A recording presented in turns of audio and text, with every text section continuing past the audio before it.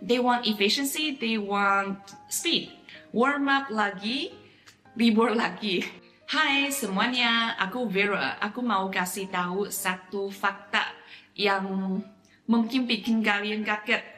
Dalam setahun Indonesia punya 25 hari libur. China hanya 13 hari. Dan bukan cuma itu, di China kalau kamu dapat libur, kamu harus bayar balik dengan kerja di hari weekend. Let me explain. Jadi di China secara resmi ada 13 hari libur national. Dan it happened since 2025. Before 2025, even less. Ya, di kalender kelihatannya 28 hari karena digabung sama weekend. Ada sistem namanya 调休, artinya atur ulang istirahat. Contoh Imlek, libur resminya cuma 3 hari, tapi 3 hari terlalu pendek. Semua orang mau pulang kampung, bisa butuh sehari perjalanan saja. Jadi pemerintah berpanjang jadi 7 atau 8 hari. Sounds good, right? Tapi hari-hari extra itu dipinjam dari weekend. Jadi minggu sebelum Imlek kerja, Sabtu sesudah Imlek kerja juga. So basically, it's not a real holiday, it's just pindah hari. Sekarang di Indonesia, 17 hari libur national plus 8 hari cuti bersama. In total 25 days. Dan yang paling bikin aku kaget, gak ada 调休. Kalau libur, itu libur, selesai. Gak ada minggu depan harus kerja sebagai ganti. Waktu pertama kali aku lihat kalender Indonesia yang penuh dan gemerlap, aku pikir itu bercanda. Di China untuk dapat 8 hari libur Imlek harus bayar 2 hari weekend. Di Indonesia pemerintah malah nampak hari libur supaya bisa long weekend. Dan yang aku really appreciate, Indonesia kasih libur untuk semua agama.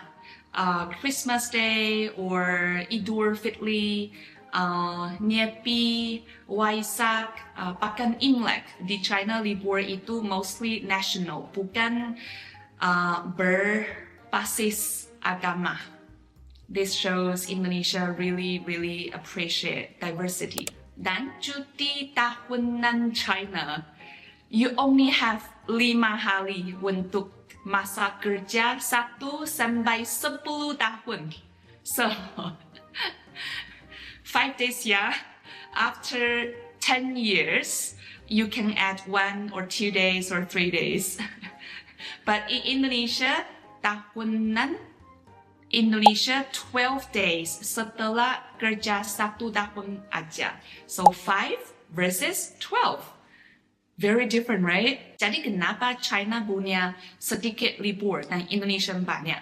Aku mengerti kenapa China begitu. Ya, dalam 30 tahun China bisa maju secepat itu karena semua orang kerja keras. As an individual, I understand the country's concern. They want efficiency, they want speed. Tapi as an individual, I don't like it. Ya, dan maybe ini juga kenapa orang Indonesia lebih santai. Karena setiap kali baru mulai warm up kerja, libur lagi. Warm up lagi, libur lagi. Ya, jadi energinya selalu fresh. Ini yang aku mau sharing dari sisi aku sebagai guru bahasa. Libur yang banyak itu bagus untuk mental, tapi untuk belajar bahasa challenging besar. Ya, learning a language and learning knowledge itu different banget. Bahasa itu butuh consistency. It's not like learning math, chemistry or physics. You understand? No, language learning is not like this. Aku kasih real case. My student yang belajar 2 kali seminggu jarak cuma 2-3 hari. Di awal kelas, aku cuma butuh 5 menit review. Sisanya 55 minutes belajar new material. Tapi kalau my students skipped 2 weeks, aku butuh 30 minutes just for review because they already forget everything. Waktu belajar baru tinggal half an hour. Hasilnya, my student yang constant bisa speaking Mandarin dalam 2 tahun. My student yang sering skip 4 tahun. 2 times longer. Yeah. Ini dari pengalaman 10 tahun mengajar bahasa with 10,000 teaching hours, with a lot of student samples. Polanya selalu sama. It's not just Indonesian students, Chinese students also the same. Because being lazy and wanting to relax is the real human character. Diligent is actually the rare one. Tips dari aku kalau kalian sedang belajar bahasa dan ada libur, tetap latihan sendiri 15 minutes. Dan ini juga alasan kenapa kami develop an app belajar di Mandarin Project supaya kalian bisa practice kapan saja, even di hari libur. So far, most of the students in Mandarin Project yang dapat hasil puas. Ya. Kalau kalian tertarik belajar bahasa Mandarin, detail konteks ada di description di bawah ya. See you next video, bye bye. 祝你今天特别开心，我们下个视频再见，拜。